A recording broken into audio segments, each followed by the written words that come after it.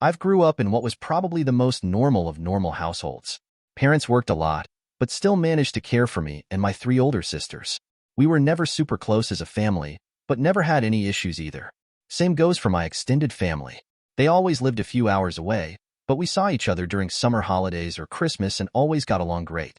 But when we got older, we naturally grew apart as everyone had their own lives. I'm 31 now. In 2014, when I was 22 and attending uni, I got a phone call from my mother that turned my life upside down.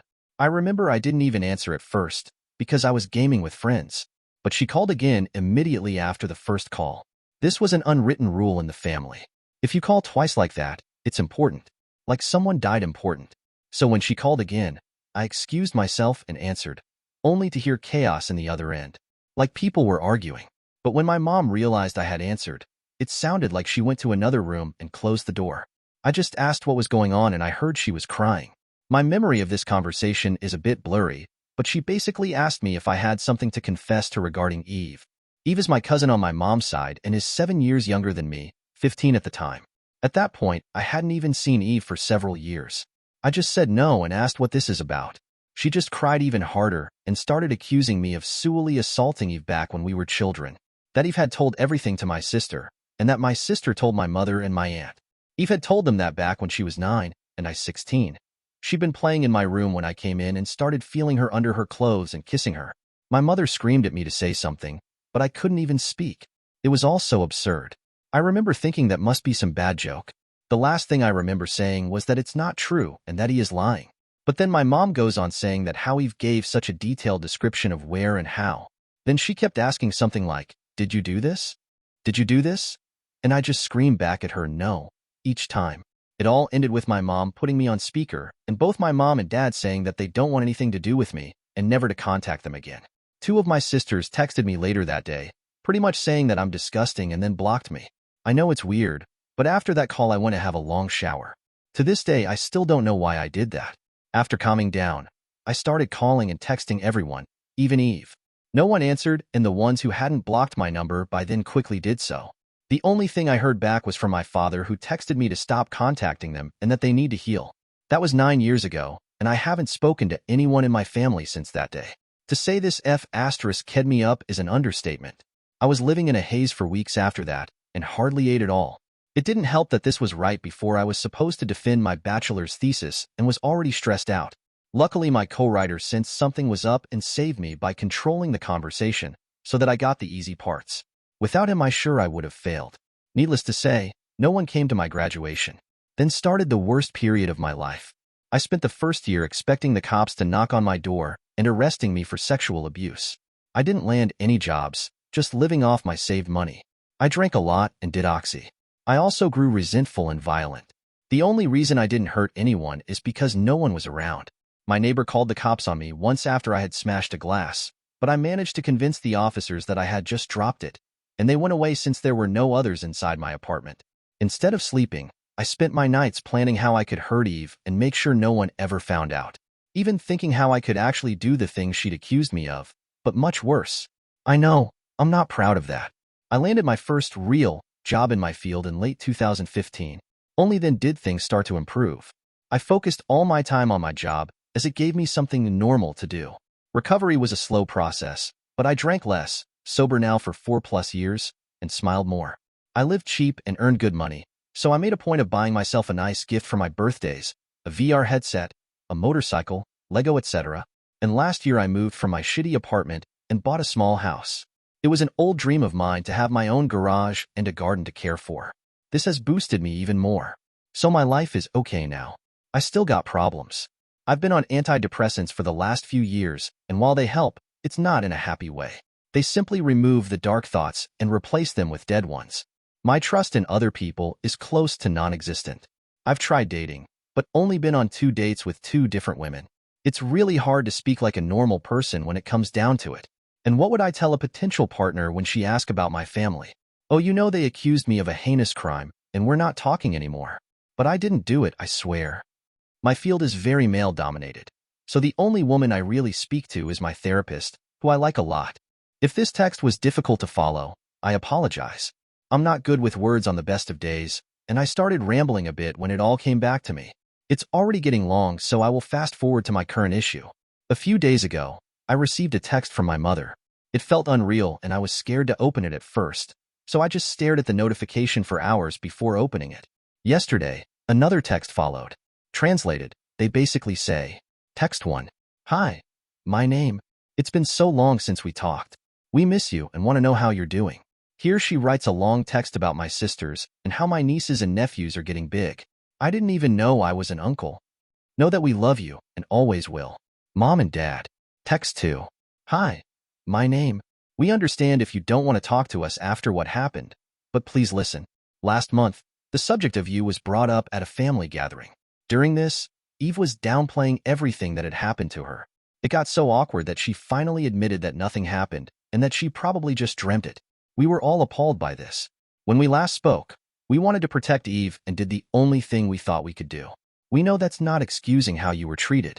What Eve did was wrong and we're all angry at her. We have called everyone that knew and told them the truth. We all want to speak with you, and your sisters want you to meet their families. Please write back if you can find it in you to forgive us. Mom and Dad. So yeah, that's my situation right now. I haven't answered, but they no doubt know I've seen it. Truth be told, I'm seething. So many old, shitty memories are now stirring again. I don't want to forgive them, and I wouldn't trust myself to be in the same room as them right now. Part of me wants to call my family and unleash everything on them, to guilt them with everything I went through until they all hit their rock bottom. Then dedicate my life to make my cousin's life as miserable as possible. The other part wants to ignore them and continue with my okay-ish life with my motorcycle and my garden to keep me company. I don't have any friends. The only people I speak to are my coworkers, but we're not really close. I've called my therapist's clinic, but they told me she's on vacation and won't be available for weeks, and I don't want anyone else than her. So that leaves internet strangers. So please, where to go from here? Do I ignore them and continue as is? Or do I answer? And if so, what to even write? I'm pretty sure meeting them in person would be a bad idea for a foreseeable future, but I'm not even sure how my life can improve from picking up those old threads. As embarrassing as it may sound, I've dreamed about the day when they apologize to be them throwing themselves to the ground and kissing my feet. Texting seems so anticlimactic now. TLDR. My cousin failsly accused me of sexual assaulting her when we were minors and I was disowned. Now it has been revealed that it never happened and my family is contacting me and wants to make amends. I don't know how to respond. Edit. Holy shit. I went to bed yesterday after answering a couple of comments. I was happy then when someone just said to wait for MT therapist to come back, something that had flown over my head. Now there's 1,300 comments. I can't possibly answer all, but I'll try to read all when I get home from work. I just want to address something I saw a few people mention, that my therapist wouldn't leave for that long without telling me. I don't know how this works in other places, but this is a state-run clinic, no hourly rate or anything. I got assigned to her when first going there, which means she will continue to get me on meetings that follows. But that is not 100%. If she's on leave or sick, I might get someone else. 4 to 6 weeks of vacation is not uncommon. Edit 2. Some people have messaged me about an update video on TikTok. Please note that this is not by me. All I have written you can see on this page. Relevant comment. The top comment advises him to wait until his therapist returns. TBH, I didn't have the mindset to think that I could wait that long. I just heard weeks and thought it might as well be years. Thanks, I think I'll do that. Update post. August 23rd, 2023, 1 month and 1 week later. It's been a while since my last post, and I can't count the people asking me for an update. So I thought I'd post one, even though there's not much to say. First, I'd like to get a few things out of the way. Thanks all who wrote and offered support and advice. I'm sorry I couldn't reply to all, but know that I've read them. Also, thanks to everyone who reached out to distract me with talks about my hobbies. I know I wasn't very responsive, but I know you meant well. To the openly hostile ones, borderline threatening me to quit antidepressants and counseling and instead insert religious figure here into my life. No. Many people told me I should pursue legal action. I didn't mention this in my first post, but I decided against that long ago for a few reasons. Best case, she would get a slap on the wrist and I wouldn't gain much at all. I just don't think it's worth the legal headache. And if I somehow would end up losing, I'll owe her legal costs. A lot of people have been messaging me about the fake updates. As I wrote in an edit to my other post, there are some fake updates on TikTok and YouTube. So if you saw something on other platforms that you didn't read in the text below or in the post linked above, it wasn't by me. While I don't really care about people making fake updates, I just want everyone that read my original post that these videos are not by me. Someone even claimed they had access to my original post on r/relationships, which contained these updates. That is false. With that cleared up, I'll add what's actually going on with my life right now. Know that I wrote the original post in an anger, and because I was completely lost on what to do. I needed a kick to the head, and I got that within like the first 5 to 10 comments. That was really all I needed. I've met my therapist. I was first scheduled for September, but she managed to move it, and we've had 2 talks so far. She also read the original post and many of your comments. While she would have preferred me to confide in a colleague of hers, in the end she was glad you guys told me to calm down a bit and wait. She knows firsthand how I can get when angry. I won't go through everything we talked about, but it comes down to that I may respond to my parents at some point. But if I do, it won't be anytime soon. I've started writing everything down that I want said to my family, and then my therapist, and I will go through those things continuously. For those who asked, they haven't tried to contact me further. I will not be updating this issue anymore.